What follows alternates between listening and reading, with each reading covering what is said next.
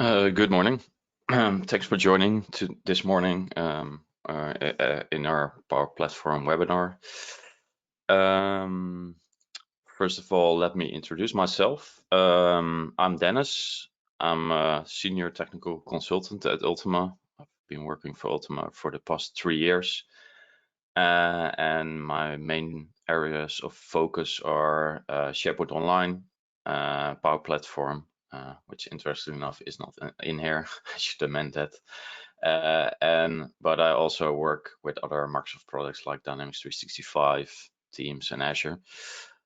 So that's a bit about my background. For the people who like Twitter, I'm also on Twitter. So today I'm showing you a couple of demos, but typically I also share these kind of things on my Twitter handle. So feel free to reach out to me via this Twitter handle, @xpiscornovus, or yeah, have a look at what other examples I shared earlier. So the outline for the webinar today.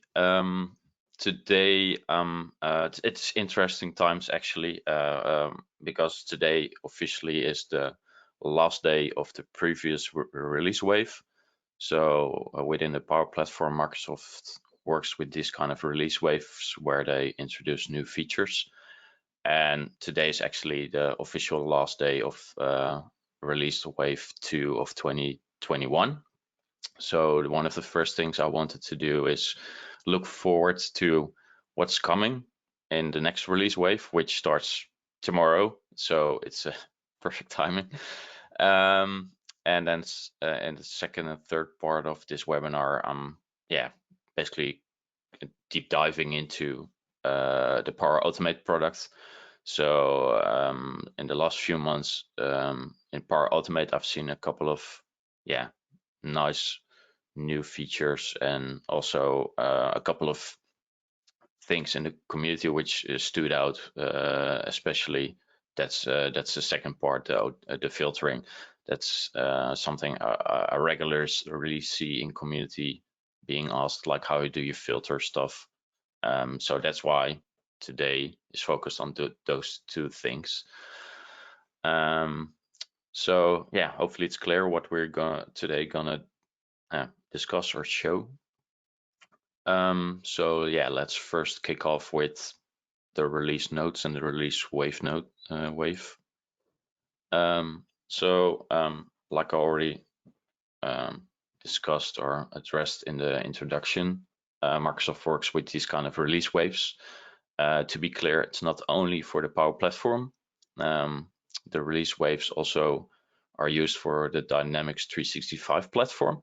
So you also have a release wave 1 for Dynamics 365. But yeah, today I'm focused on the Power Platform.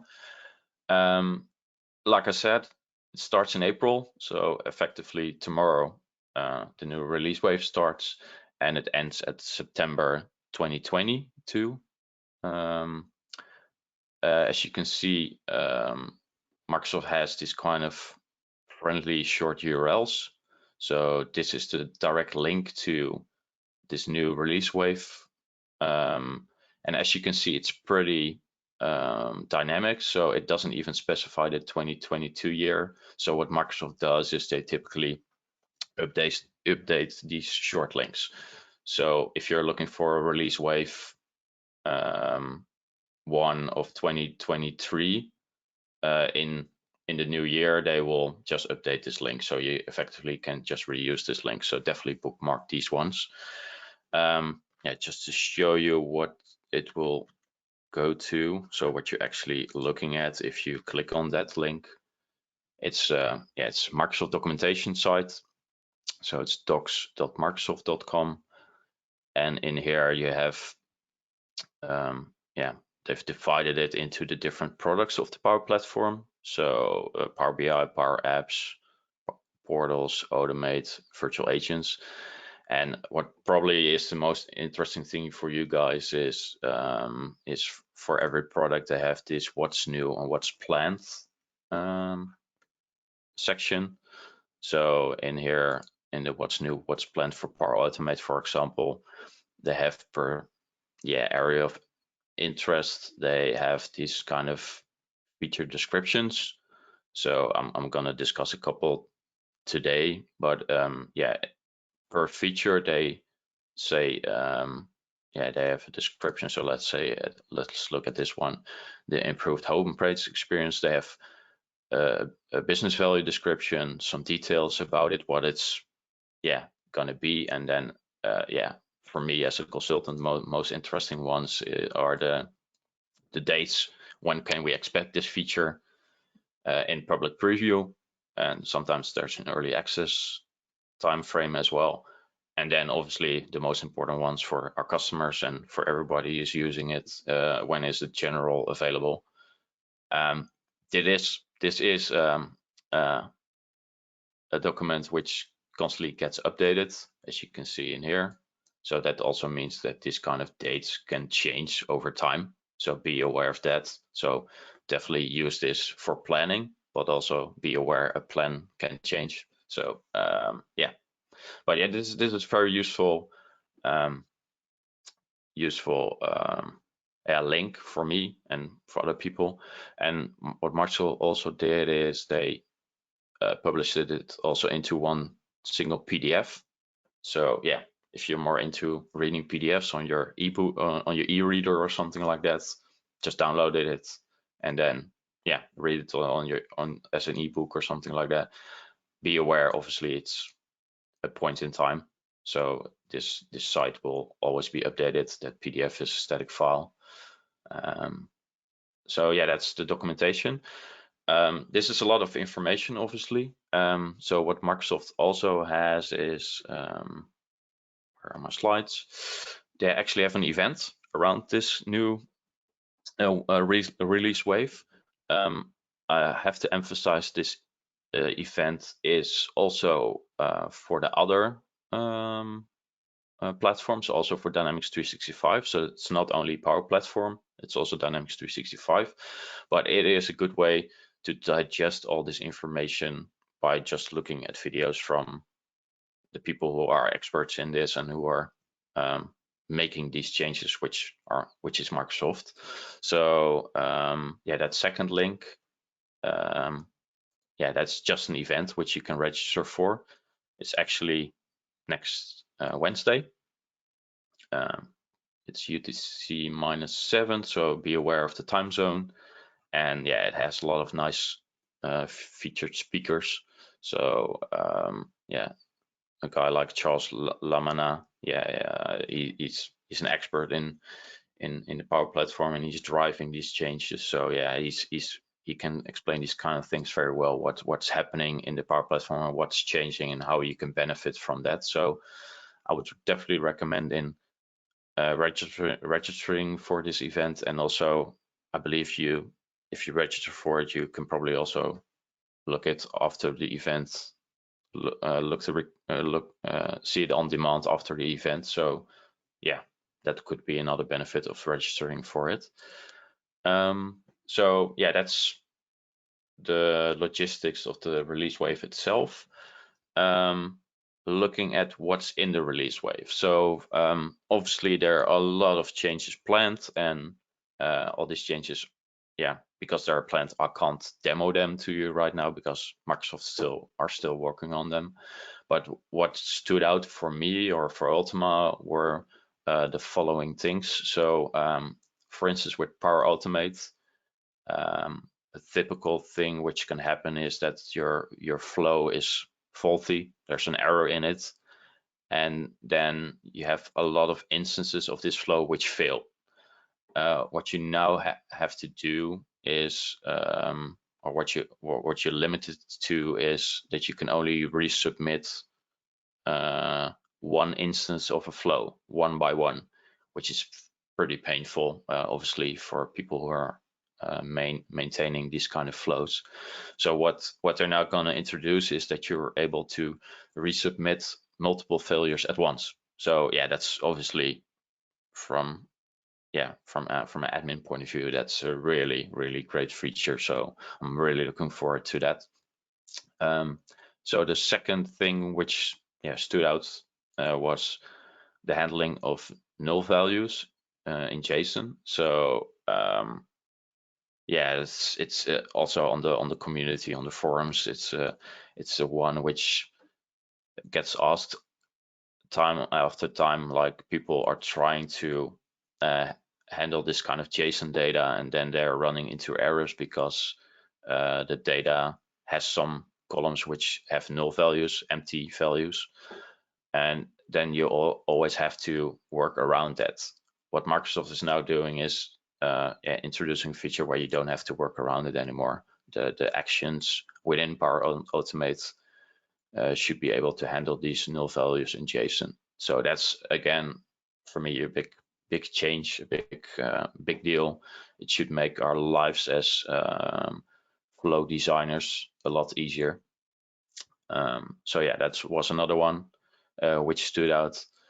And then looking at Power Virtual Agents, yeah, it's Virtual Agents is obviously an interesting product for creating conversations with bots.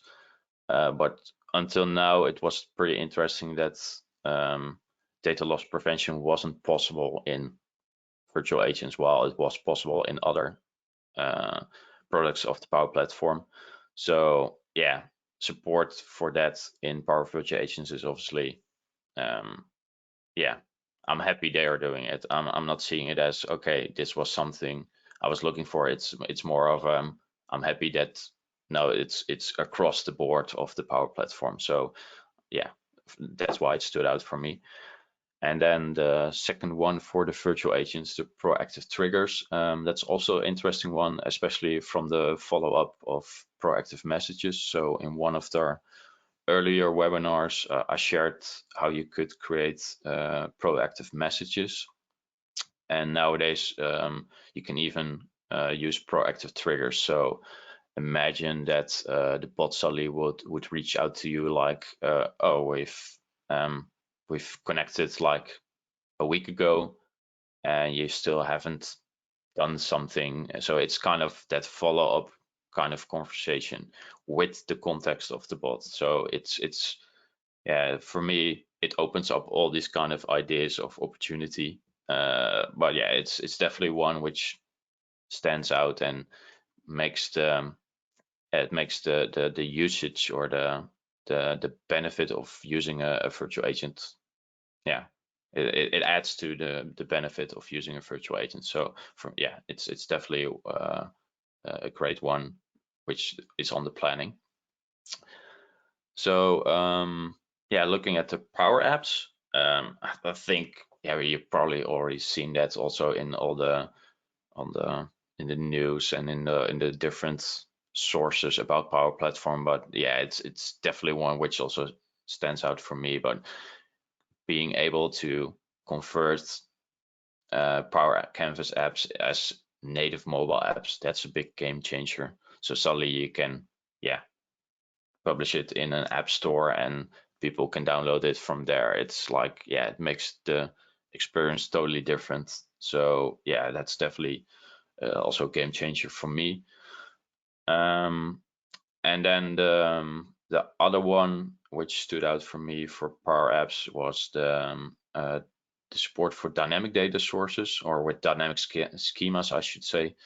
So yeah, like Microsoft also says in the release notes, a data source normally is, yeah, it's pretty common that you use the standard tables or entities, but it's also pretty common that you have these kind of customizations, or you have these kind of additional fields or additional views or all these kind of things.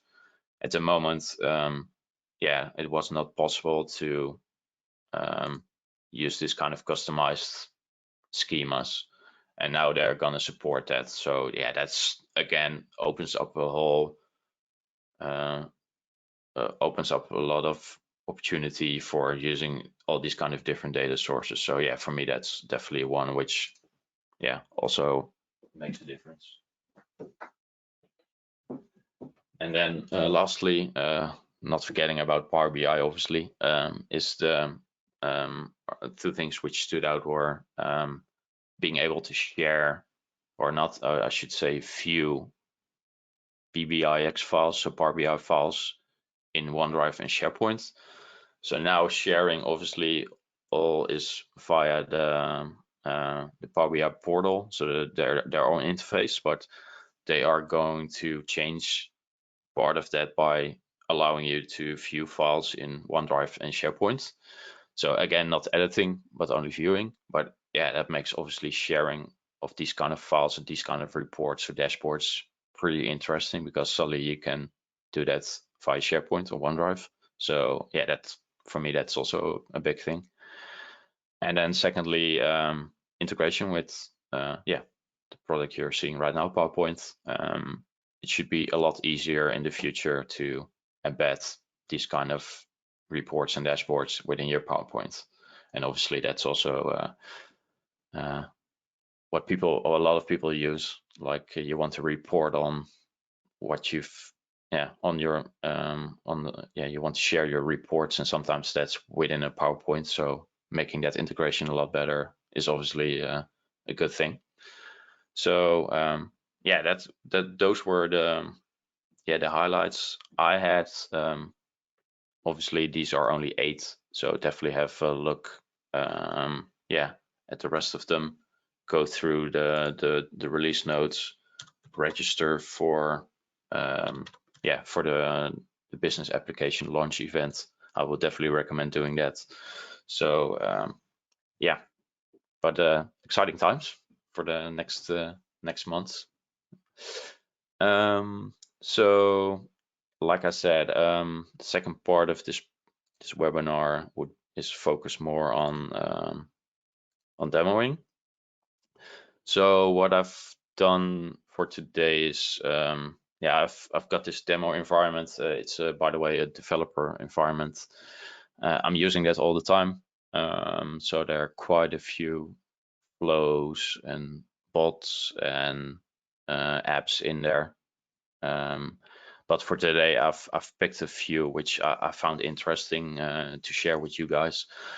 What I always try to do is I try to explain the use case, and then afterwards I will show you how I either solved it or how what kind of approach I would use in this kind of use case.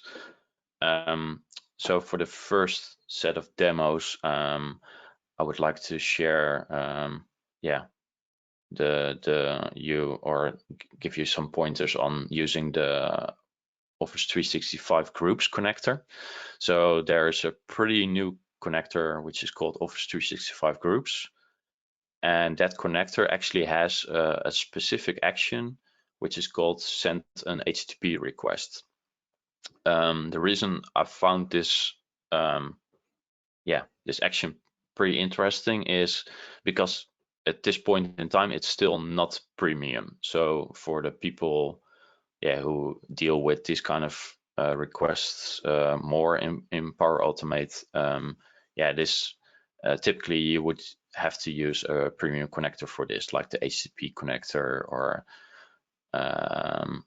other types of connectors which are premium. So that's why this one is pretty interesting to share with you. So in this instance, what I'm going to show you is a use case which is searching for a user, so a user in your Office 365 tenant, and then specifically for a user with a certain job title. And the reason why this is also an interesting one is because you have these default actions in Power Platform, like search for users, but these are limited in some areas. So that's why I'm sharing this, so you can see the benefit of using this approach. So let me switch to my demo environment.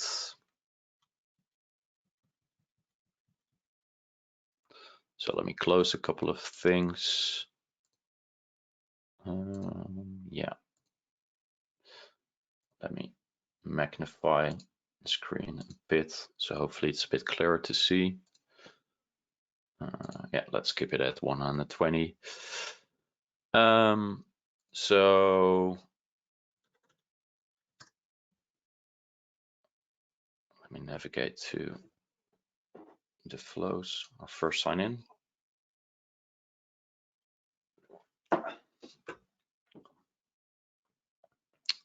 So I'm now navigating to the solution where I created these flows in. So for the people who are not familiar with this, solutions is a great way of managing all these kind of Power Platform objects into managed or unmanaged solutions, which also makes it possible to export them as a package and import them in different environments. So that's the reason why I use all these kind of solutions. And then in this instance, I have a solution called Office 365 Groups.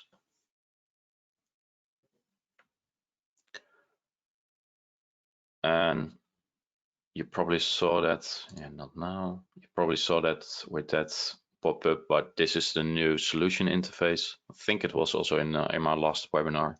But with this interface, you have this tree view where you can see which objects are stored within this solution. So in this instance, you can see it's like a solution only dedicated to cloud flows. But yeah, you can also have solutions with also Canvas apps in them, chatbots, custom tables of Dataverse. Yeah, you can have all kinds of objects stored in this solution. One of the useful views for me is also the overview, because I know I've changed a couple of things this morning actually on the demos. So I can just click to overview, and then you have this recent items view. So yeah, this is the one I want to show you guys. So yeah, I can just click on edit.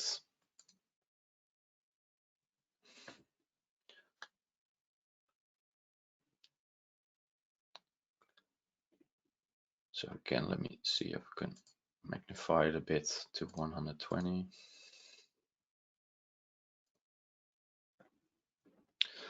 So yeah, like I mentioned, typically if you're searching for users in Power Automate, I would recommend to just use the users connector, or what's the name of it? Yeah, the Office 365 users connector. That's an out-of-the-box connector, which has a lot of nice actions in it. It's not premium, so definitely use that if it fits your requirements. But as you can see in this action, yeah, when you search for users, you can use search term. In this instance, I'm looking for the CEO of the company. But as you can see in the tooltip, whatever you type into that search term, it will only look through the display name, the given name, the surname, the mail nickname, and the user principal name. But CEO is the job title. So yeah, I can show you when I navigate to the history, because I was running it this morning. So here in the flow history, you can see when I look for CEO, it doesn't give me any results back. But yeah, I know there is a CEO. There's a CEO in this company. So yeah, this suddenly this out of the box action is not useful, because I'm looking for one single person. I know its job title, but I can't use it. So that's where the Office 365 connector comes into play. So yeah, taking one step back, one thing which is useful to know is that there's this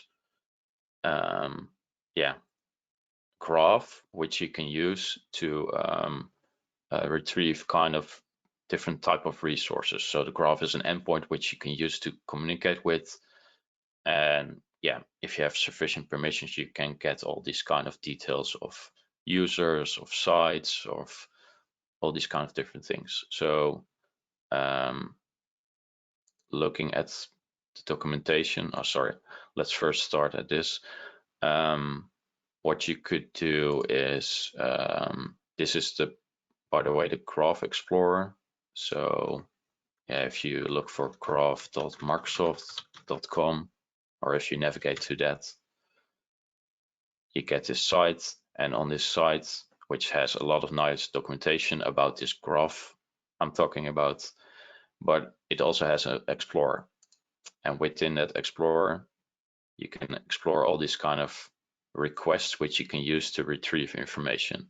And one of them is interacting with users. So you can say, get all users in the finance department. And what the benefit of using this explorer is you get all these kind of queries, which are shown to you how you should, write them. So this is a good way of, exploring what you could use to retrieve the CEO. So in my case, what I did is I went to this explorer, tried a couple of queries out, and then went back to Power Automate and started using this send an HTTP request action and used, pretty much a similar query. So this action, just to recap where you can find it, is Office 365 groups connector action. So it should be listed under here. And as you can see, there's no premium flag in here. So typically what people do if they want to interact with the graph, they use this one, the H2P. But as you can see, that is premium. So that does require additional licensing. So that's why I found, using this action interesting. And then in this action, what I'm doing is, just to first show you in the Graph Explorer itself, you can even test run it by signing in.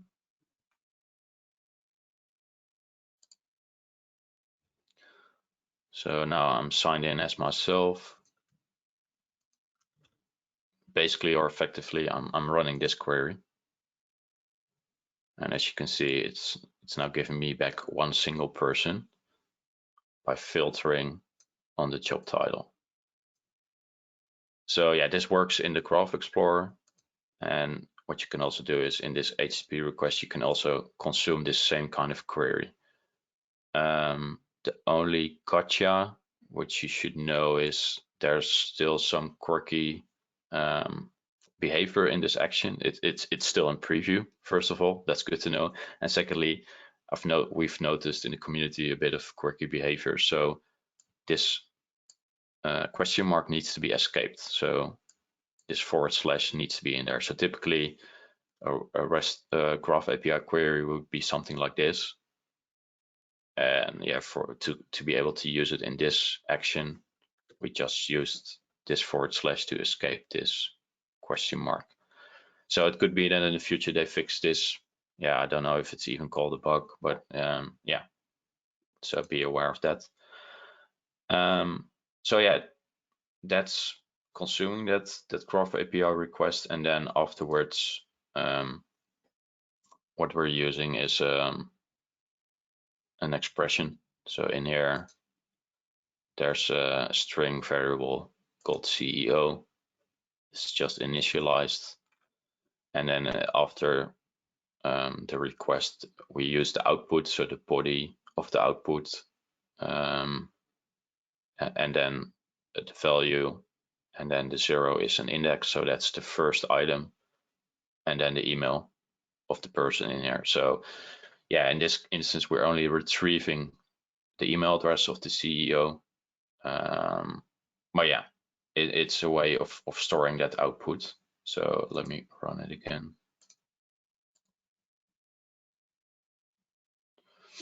Just to show you.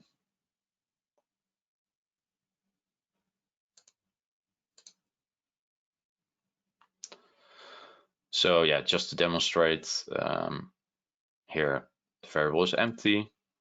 Here we're looking for CEO. As you can see, the out of the box action can't retrieve anything based on the search term. So that's not useful. However, with this send an HTTP request action, you are getting this CEO name or the 4 different properties. And in this instance, I'm only setting its email address because in my use case, I only was after the email address.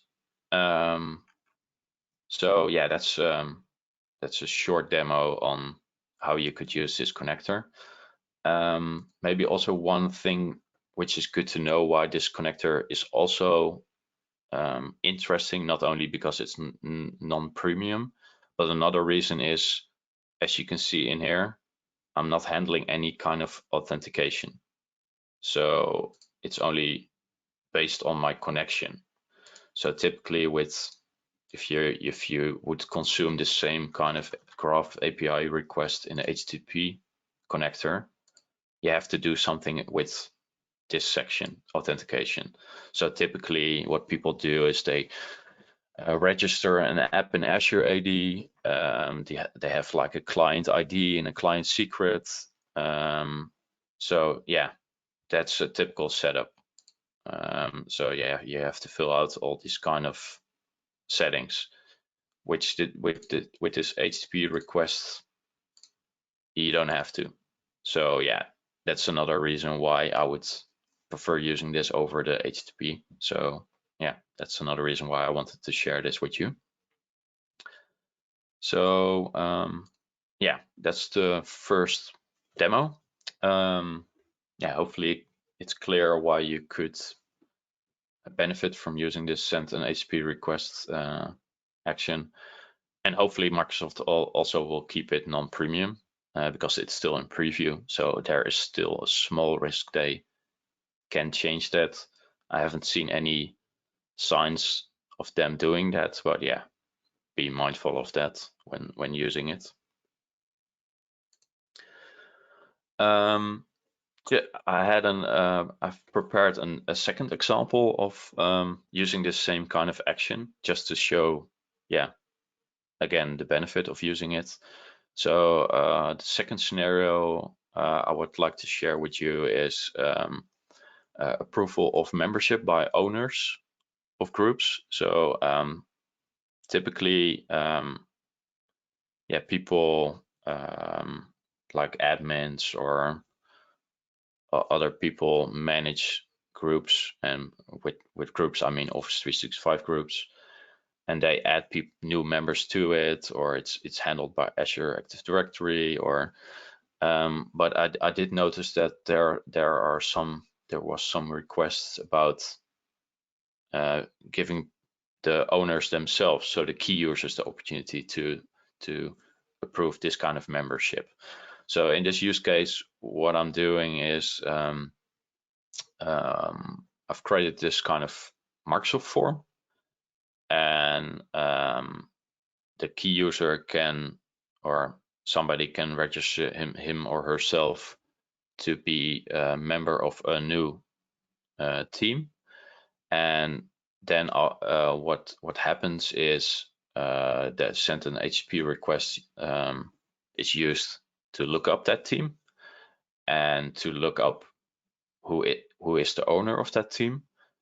And if it has found that team, it will start and wait.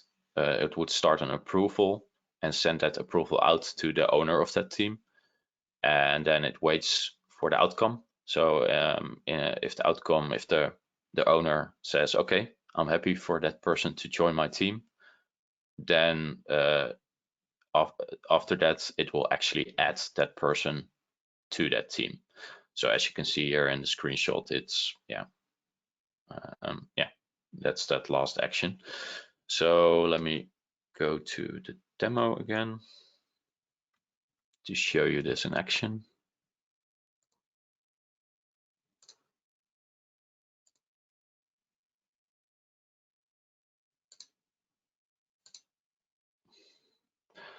So first of all, let me go to the Microsoft form so you can see the form itself. Don't think it's a very complicated form, but just in case, so you can see the whole process.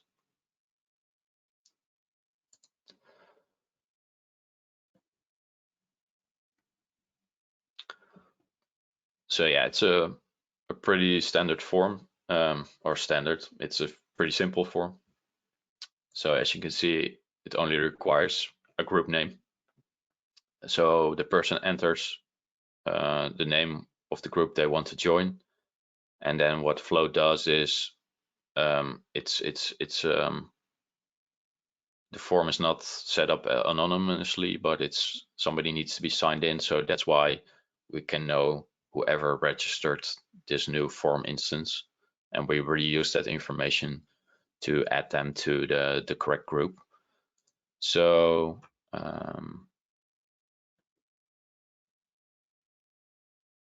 it's still loading. So yeah, as you can see in flow, you can trigger or start the flow with the action when a new response is submitted. So yeah, that's one of the out-of-the-box ones. It's connected to this form. So this form ID, I just looked it up. This get response details reuses the response ID of this trigger action. So again, pretty standard setup, but just to clarify. And then afterwards, what it does is it uses the Graph API again, but in this instance, it's looking for the groups objects. So just to show you in the API reference documentation, you have this method which is called list groups. And as you can see, it's pretty simple. It's just groups. So that's the method I'm using, the list groups method. And I'm filtering on display name, which maybe in real life scenarios. So again, this is just a demo, but in real life scenarios, you might want to look for different properties. But in this instance, yeah, display name was sufficient. And then I'm reusing whatever people typed in here for the filtering. And then to actually get the owner of the group, we're using this expand query parameter. So that's this section. So we're expanding on owners. So that the Graph API also gives us back the owner's data. And then specifically we're looking for the male. So that's why there's a select male in here. And then the next step would be generating an approval. So in here you can see approve, reject, first or respond. Obviously there are different options. So in this setup, I'm only using the first owner, and I'm only asking the first owner to only respond. That's the first one to respond. So yeah, he's always the first one. He or she is always the first one to respond. So yeah, it's just I'm only asking one approval basically. And then the title, I'm reusing the group name just so it's clear for the owner for which group it is. He or she might be owner of multiple groups, so it's good to know to put that here in the title. And then I'm using expression to retrieve that actual email. So in the output of this action, we're getting a value, and that value can have multiple items. So I'm retrieving the first item, and in that first item you can have multiple owners. And again, I'm using a zero index to retrieve the first owner, and then of the first owner I'm using the male property. So that's why the whole expression is constructed like this, and I'm putting that here in the assign to field. So this should result into one email address which the approval is assigned to. Because it's a start and wait, you can wait for the outcome. So this action will only end when somebody actually approves or rejects something. So, and after that it will, in a condition, I'm checking the outcome if it's equal to approve. And then here in the add member to group, so if that's the case, I want to add that member to the group. So I'm reusing the responder's email, which is the email address of the person who clicked on submit. And I'm reusing the group ID, which we didn't know yet, but we can retrieve that from the same group's graph API call, because the groups will respond with all these kind of properties of the group itself. So that's why we can use this expression to get the correct ID and then use it as a custom value here in the group ID field. So again, using a bit of graph API and expression together. So just to show you flow run, so you can actually see it in action.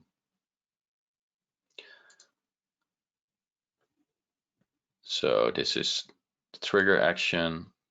And then as you can see, this was my responder email submitted 5 days ago already. And this was the name of the group, the power users. So as you can see in here, it filters on the display name equals power users, and then it tries to retrieve the owners. And then in here in the data, you can see it has found a power users group. It's a unified group, and the display name, yeah, it's exactly the same, so that's good. And then in here, you also should have an owners. And as you can see, owners, because of these brackets, it's an array. So that's why we need to use that index. Otherwise, it would not know which row you're trying to retrieve from the array. So that's why you have that 0. And yeah, as you can see in here, there should be a mail property somewhere. Yeah.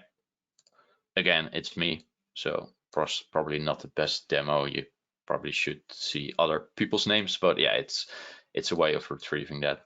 And then start a wait for approval. This already happened, so already approved it. As you can see, the response is in here, approve. So that's why in the condition, I made a typo probably. I wasn't expecting that. Maybe I rejected it.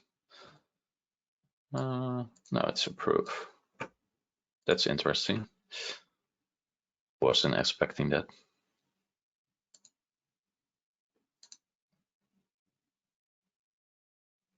Normally you should be able to see approve is equal to approve, and then it should go to add member to group. But in this instance, it didn't work. So I need to look into that.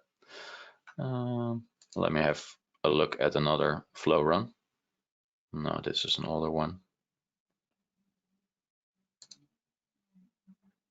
And otherwise I will continue with the next demo.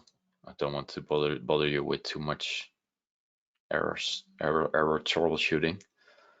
No, it says false. Okay. Yeah.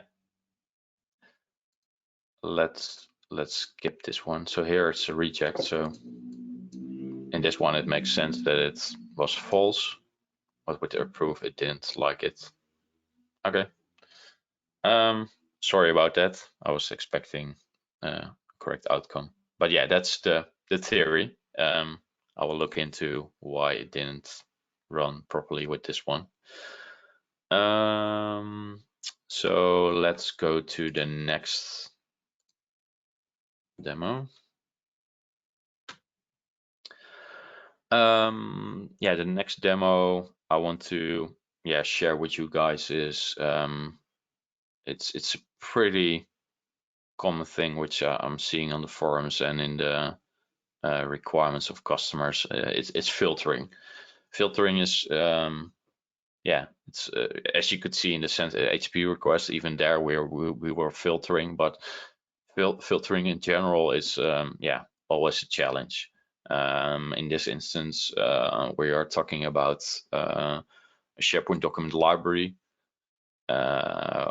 which you can retrieve as with actions like get items or get files, properties only kind of actions.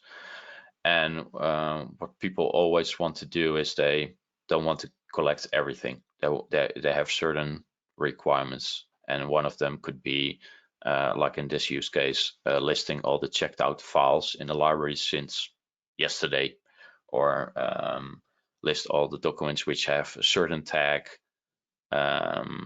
So yeah, those are pretty common questions. So yeah, I would like to show you that in this demo. Just mindful of the time. Oh yeah, we still have 13 minutes. Okay, so let's go to the demo again. And then solutions. So what has changed recently is that Microsoft made the filter query experience a bit better. So before you always had to write these kind of OData filter queries yourself, but I've made the experience of writing this or configuring this a bit better. So that first of all, I would like to share that with you, so you at least know how you could easily create this yourself.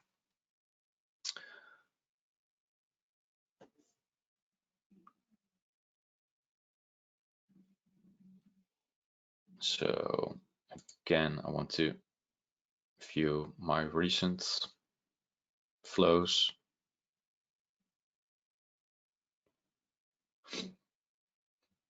So yeah, let's first look at this one, the Odata filter query. So just to show you the starting point, I have this document library which is called test.doc. So this is my document library. Like I stated in the use case, as an admin or also as a key user, I'm interested in getting an overview of all the files which are checked out. As you can see, this is checked out. It's an icon. If it's checked out, it means people can't amend it, which can be a bad thing. It could be, how do you say that, intentionally, but typically people forget to check stuff back in. So yeah, let's say this is an important presentation. Somebody needs to amend it before next week, and the other person who checked it out, I don't know, is on annual leave. Could be interesting to know that it has been checked out since yesterday, for instance. So that's why these kind of queries sometimes are useful. But yeah, as you can see, 2 files are checked out, both since an hour ago or something like that. So yeah, that should both should fit the criteria of our use case. So it was still loading. Wasn't expecting that. It's a bit slow today. So these kind of flows are pretty typically pretty simple. So you can create a manually trigger a flow, or you can use a recurrence. That's another action. So you can run it on a daily or weekly basis. And then afterwards, you can just use a get files properties only, select the site, select the library you want to view, and then the most configuration goes into this filtering. So this is a filter query. And yeah, for example, in this one, this, by the way, is not entirely correct, I see. You could use this kind of expressions. You could say, okay, modified is greater than or equal to today's time. This is also not correct. So today's time. So UTC now is get me today, and then with the add days you can add to it. So because it's -1, I'm effectively saying modified needs to be greater or equal compared to yesterday. So this means I'm looking back 1 day. I'm looking back 1 day, effectively since yesterday. And then the second part would be and checked out user equals. Again, this is not correct. Don't know what happened here. Doesn't equal 0. So not equals 0. So in this in this instance, I'm checking if a file has been modified since yesterday and that the checked out user value properties has a value, which means it is checked out by somebody. So this combination could be useful in the filter query. So that's how how you could use it. So that was how you could use it before. But nowadays they have this graphical user interface, which should make it a lot easier. So you could now just say modified. What did I do? Greater than or equals, and then you can type in the expression in here. So this interface has become a bit better, and similar with the add row. In here you could say the checked out user does not equal, and then you can say the annual. So this interface has become a lot better. So I would definitely recommend using this interface. So that's the first thing I wanted to share with you. And the second thing I wanted to share was the filter array. Let me go to the filter array action.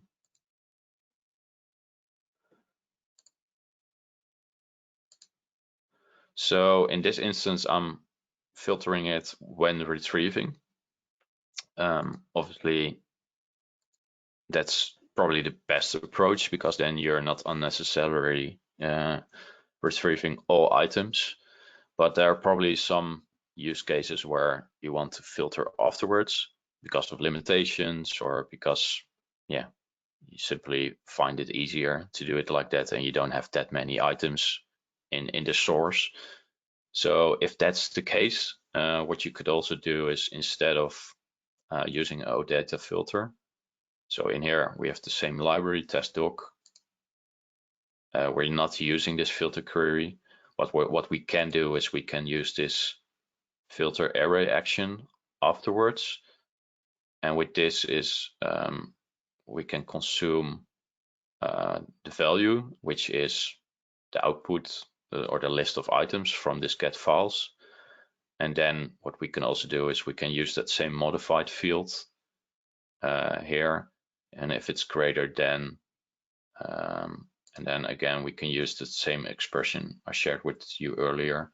So in this instance, that's again the UTC now -1. So this is another way of effectively achieving the same kind of end result, but instead of using an Odata filter, you could also use a filter array. The only thing which makes this one probably a bit more complicated is that in here you can see one row, so it's just one criteria.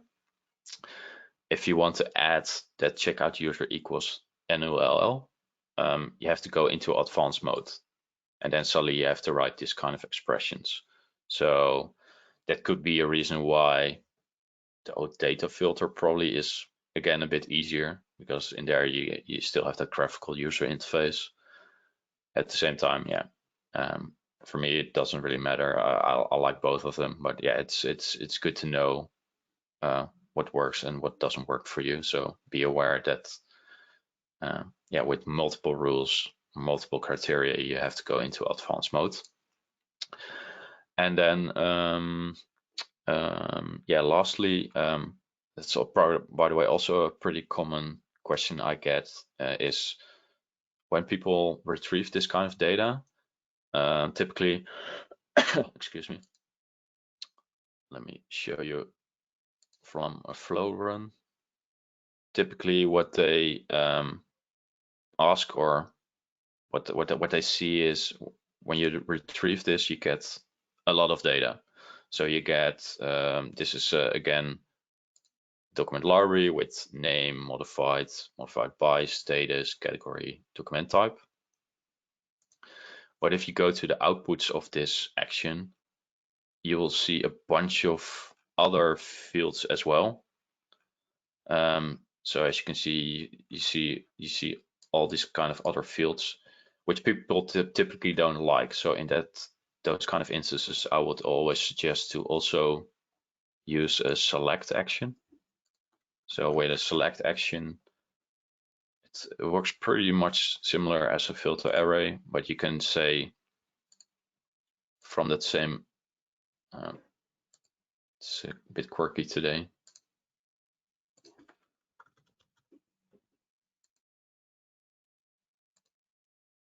From that same list of items, I want to create a mapping. So in this instance, I only want to see